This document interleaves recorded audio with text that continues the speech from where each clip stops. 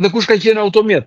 Prandaj mendoj që tjetë gabimi i objektivit, sepse objektiv ka qenë ngjashmëria e mjetit dhe targa, më duket pak jo shumë bindse, dhe thash numri i madh i forcave që duhet të angazhoheshin midis Lezhës dhe Tiranës në të dy atentatet në të njëjtën kohë, më duket pak i egzageruar dhe pa mundur të ndodhë, jo se krimi nuk ka njerëz dhe forca, por mundësia e zbulimit tyre, nëse ato do të hapen në këtë mënyrë, është që mund të kapeshin atentatorët, dhe kjo pastaj do të zbulonte patjetër një rrjet porositësh apo personash të tjerë të cilët janë mbas këtyre atentateve.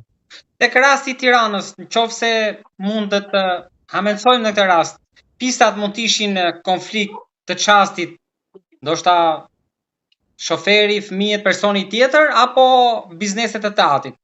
Pasi është kemi disa atentate, të cilët nuk janë vetëm ndaj personave të cilët kanë precedent, apo kanë probleme lidhur me hakmarrjen apo gjakmarrjen për shkak të historikut të krimit të tyre, por lidhur dhe me bizneset ndryshme dhe me biznesmenë të ndryshëm të cilët kanë qenë objekte sulmesh apo atentatesh. Jo pak biznesmen kanë qenë ato pjesë e atentateve, siç ka qenë rasti i stacionit fundit Tiranës së Re, me atë që merresh me mobilet, apo rasti atit për konfliktin e pronës që lidhesh tek qyteti studenti.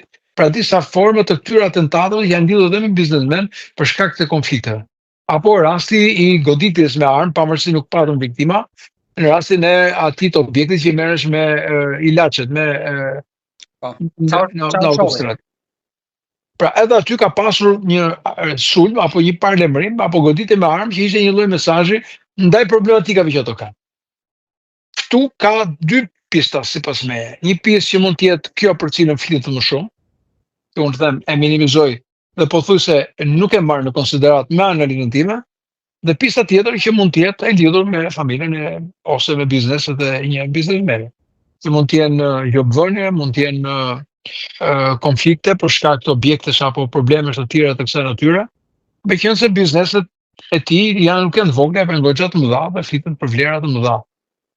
Por kjo gjithmonë duhet të jetë një pjesë për të vajtur tek autorët dhe për të vajtur tek porositësit e tyre, sepse është një dhimbje e madhe kur mendon që në këtë atentat, pavarësisht se si ka ndodhur, janë pre fëmijët dhe unë lut Zotin që ata të jenë ta kalojnë sa më mirë, po themi këtë gjendje, sepse është një dhimbje për atë familje dhe për gjithë ata familjarët e asaj familje, për fëmijët e tyre.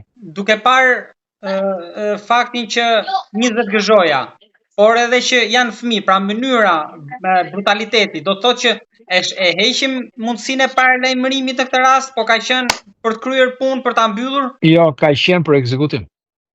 Pra është goditur ndaj mjetit, nuk është paralajmërim, paralajmërimi ka forma tjera. Mund të jetë lënda eksplozive që vendoset në një automjet, vendoset në një biznes, këto janë format e paralajmërimit. Ose kur qellohet në distancë automjeti, por fakti që kanë vajtur, kanë qelluar deri në momentin e ndalimit, duke menduar që kanë ekzekutuar objektivin e tyre dhe pastaj largimin nga vendi i ngjarjes. Kemi mjet të djegur apo jo, për zonën Lezhë kemi një automjet të dyshuar, që është një automjet i dyshuar që mund të ketë qenë, për momentin nuk ka dhëna nëse brenda saj janë gjetur armët e ekzekutimit apo jo, sepse janë hetime sipër. Vështirë, bërë shkrumb. Kështu që tregon edhe një herë që në të dy rastet kemi profesionistë. Kemi njerëz të dyshuar që mund të jenë vrasur me pagesë, për faktin se mënyra se si ato e kanë bërë